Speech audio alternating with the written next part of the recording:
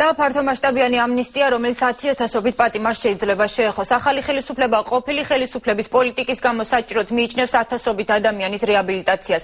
კანონპროექტის მიხედვით გათავისუფლებულებს და პირობით მსჯავრდებულებს ნასამართლეობა საერთოდ ეხსნებათ. რა კატეგორია მოხვდა საყოველთაო ამნისტიაში? გათავისუფლებიან ნაკლებად მძიმე დანაშაულში ბრალდებულ პირთა ნაწილი, ასევე პატიმრები, რომლებიც მსჯავრდებულნი არიან გაუფრთხილებელი დანაშაულისთვის.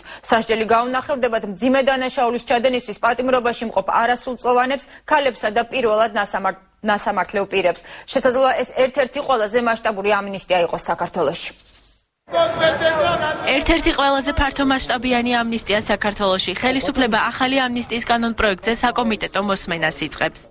გათავისუფლების თვალსაზრისით შეიძლება ეს იყოს დაახლოებით 2000-მდე ადამიანი.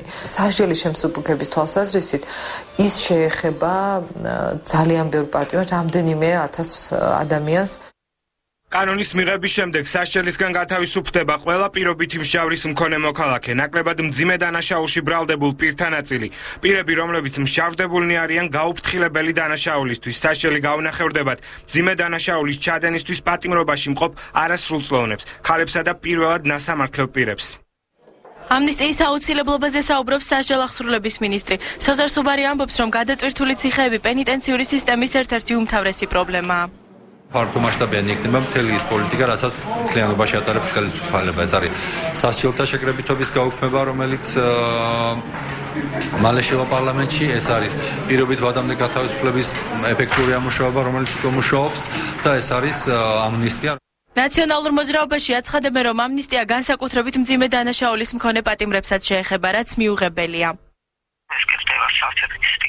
და მიფიქრობ, ეს არის დასაფიქრებელი, არ უნდა ვიჩქაროთ ამ თემაზე, ვინაიდან კიდევ კი მეოთხე ადამიანები, რომლებიც გარეთ გამოვიდა, იქნებიან თავისუფალი, არ უნდა გახდეს საზოგადოების წესრიგში.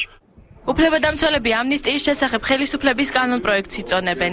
ამ ადამიანების გარეთ გამოსვლა, როგორც ასეთი, ერთბაშად მით უმეტეს და რაღაცა საზოგადოებისთვის საშიშროების შექმნა არ არის მოსალოდნელი, ვიმეორებ, ეს ეხება მხოლოდ ნაკლებად მძიმე დანაშაულისთვის ბრალდებულებს. კანონპროექტს პარლამენტი ორკვირიანი განხილვის შემდეგ დაამტკიცებს, რის შემდეგაც პატიმრების ნაწილი ციხეს დატოვებს, ნაწილს კი ბრალი მნიშვნელოვნად შეუმცირდება.